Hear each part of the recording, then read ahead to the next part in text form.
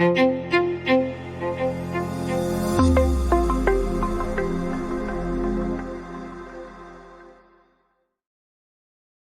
back. We are in Revelation 1 and want to look at the final verses of the chapter now, starting from verse 19. This is a key verse for the entire book. Write now what you have seen, verse 19, and what is, and what will happen after this. So those are three parts. And once you've understood these three parts, this division of the book of Revelation, then many problems disappear. The first part, what you have seen, is what we just discussed in the last video, the appearance of the Son of Man. The second part, what is what is described in the following two chapters, so chapters 2 and 3, where you find the 7 letters to the 7 assemblies. And then comes the third part, and what will happen after this. And that is the future. And after this simply means after part 2. That means after Revelation 2 and 3, or put another way, after the time of the Christian church on earth. This can be seen very easily if you take a quick look at chapter 4 for comparison. There you find this little phrase, after this again. Chapter 4, verse 1. Come up here, and here it is. And I will show you what must happen after this. There it is, after this. This means that part 3 of Revelation begins with chapter 4, verse 1. Why is that so important? Many have gone to a lot of trouble. They've read Revelation 6 and 7, 8, and so on. They've read about these often called apocalyptic judgments and have wondered when that might have occurred in history. And there have been some very creative answers.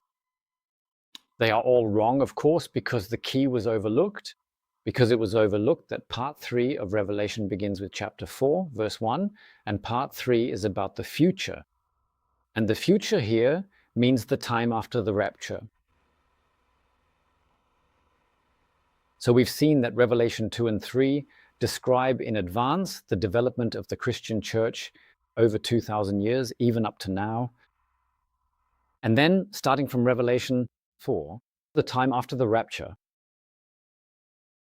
Back to Revelation 1, now verse 20. The mystery of the 7 stars which you saw in my right hand and the 7 golden lampstands. And now comes a very important explanation. If we understand this well, then we have the basis for chapters 2 and 3.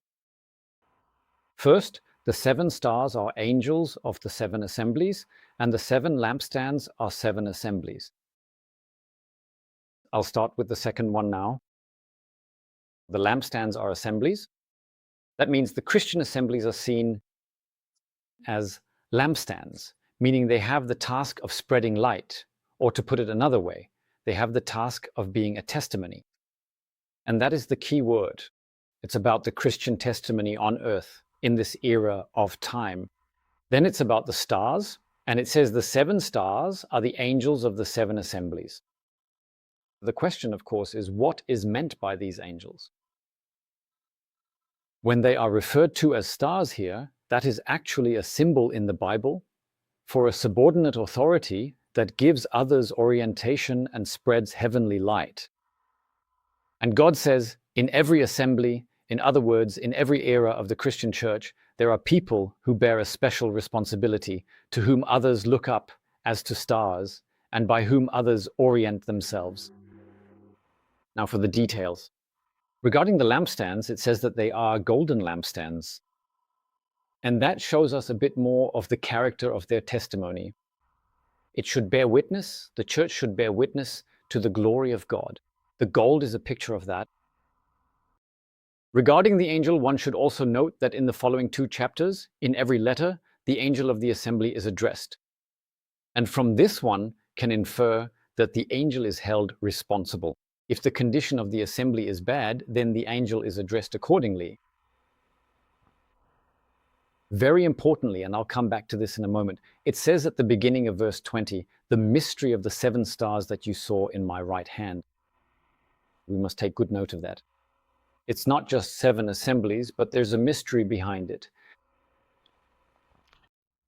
I'd like to try to justify that a bit more now. I've simply put it out there several times. The 7 assemblies, or also the 7 letters in chapters 2 and 3, represent 7 eras of the Christian church. I'd like to give a series of reasons now to show that. Reason number 1 is Revelation is a prophetic book. This doesn't just apply from chapter 4 onwards, but the entire book of Revelation is prophetic. And so we're not surprised if these 7 letters also have a prophetic character. Secondly, we've just seen that the 7 lampstands, the 7 assemblies, are a mystery. Where would the mystery be if it were simply about these 7 assemblies in Asia Minor? Thirdly, the 7 letters are part of the Revelation. They are not like the other letters in the New Testament, included as separate books. There are other short letters too, but they have been inserted into the Revelation.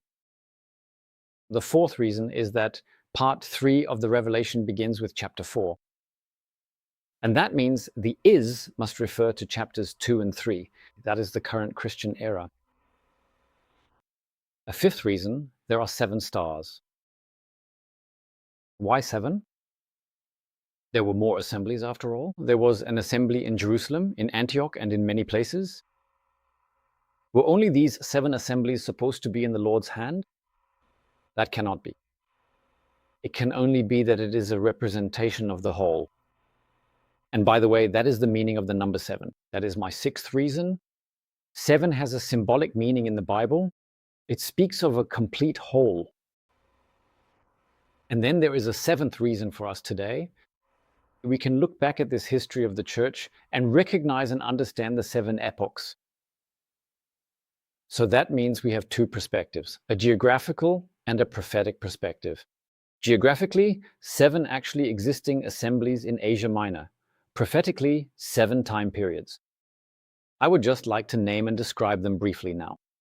The first letter to Ephesus actually deals with the church in its early state, one could say, until the middle of the 2nd century.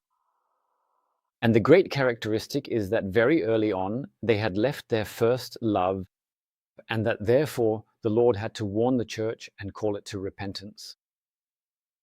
Then comes the second epoch, namely that of Smyrna, and it begins with the end of Ephesus and continues until the time of Constantine, that is 313 after Christ.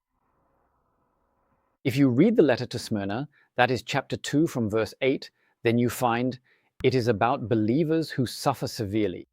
It is the time of the persecutions, and you can read about that in history. There were most cruel persecutions during this time. Then comes the epoch of Pergamos. It begins with Constantine the Great. Christianity is declared the state religion. And you read in this letter to Pergamos about the mixing that occurred because of that between church and world. The world protects the church, but as a result, the church also becomes very worldly.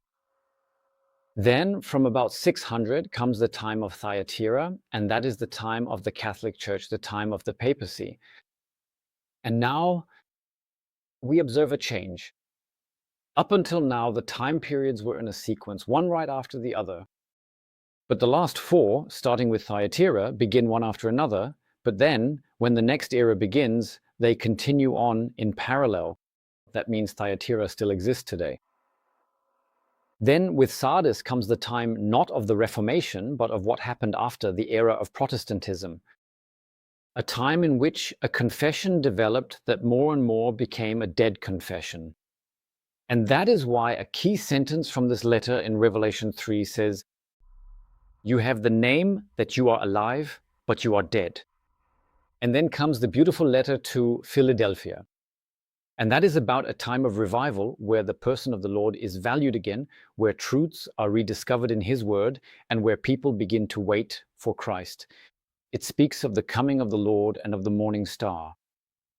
And then comes the 7th letter, the time of Laodicea. I do not want to be dogmatic about it, but I think around the middle of the 19th century, this time began, where the revival grew cold and where people transitioned, generally in Christendom as well, to a state of lukewarmness.